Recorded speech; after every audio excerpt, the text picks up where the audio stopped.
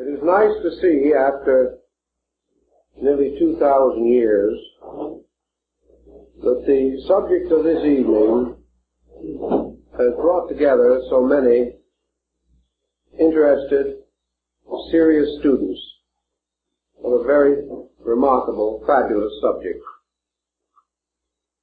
The greatest of the books of Hermes is that which is called today the Divine Poimanda. It consists of 17 fragments. These fragments together cannot be said to form the corpus hermeticum, but they certainly constitute the greatest core of central authority in the Hermetic system. Of these works, the Poimandres, or the Vision, is by far the most important.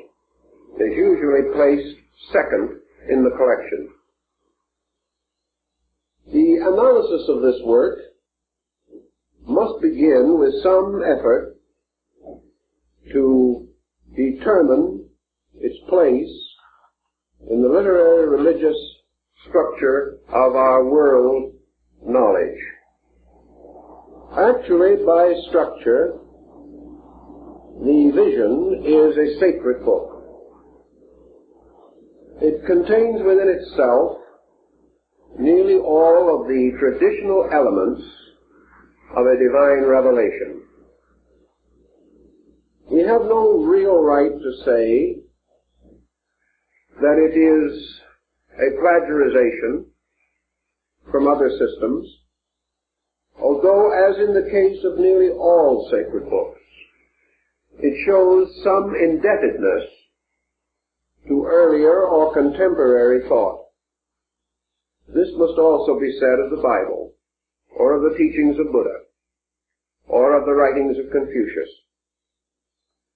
Thus we may say that the Vision not only gives us a firm insight into the Hermetic theory, but also explains clearly why this gradually came to be of unusual interest to chemists, and how it made possible, perhaps, the rise of symbolic alchemy.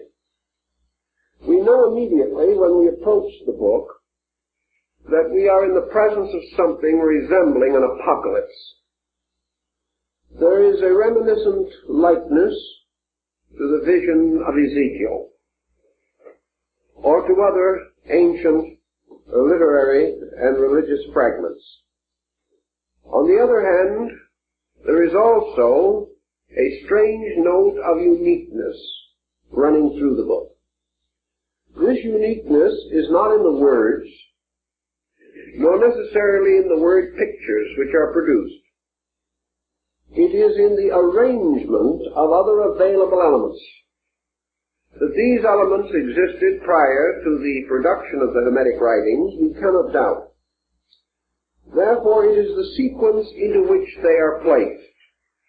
It is the order and descent of ideas which bring with them a certain newness, as though we had taken old and familiar pigments and paints, used a traditional canvas, and the well understood brushes and palette, and yet it painted a picture that was new, a picture that combined much of the wisdom of the past and provided a kind of key to open doctrines which had already attracted and held public attention. Thus, I think we may say that the Vision represents a kind of key to the great theological mysteries of antiquity.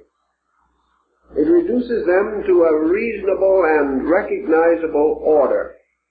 It is a powerful defense of comparative religion, and like the Apocalypse of John, shows that the author or authors had a wide acquaintance with religions apart from the area in which this work is believed to have been produced.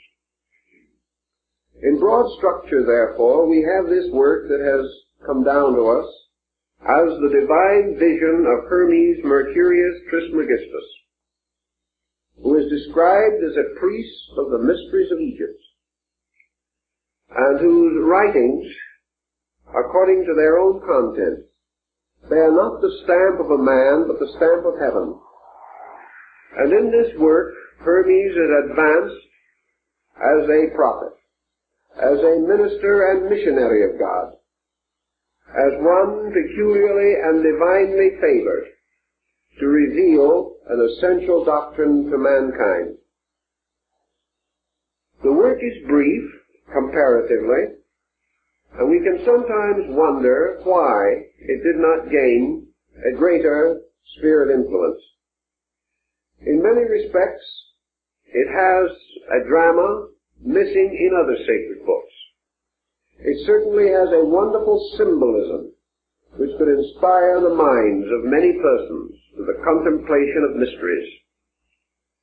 Yet through it all, there runs a thread of intellectualism, so broad in its scope, so deep in its implication, that in all probabilities it decreed or destined that the work should have a minority audience, that it could only be understandable by certain types of persons. While it was a wonderful picture story, it was only for a certain kind of minds. These minds were not sufficient in number to integrate around this work the kind of religion or the kind of a common descent of beliefs which we find with simpler, more obvious revelations. The work also brings into focus a number of concepts with which we are becoming increasingly familiar today. One of these is an extension and application of the Platonic concept of archetypes. The term archetype actually occurs in the vision. Therefore, there is a link between it and the psychological concept of archetypes which we have today. Also, like Buddhism, and to a measure like Taoism, the vision strongly emphasizes the psychological quality in human nature. It deals with mind, it deals with reason, and it deals with the pitfalls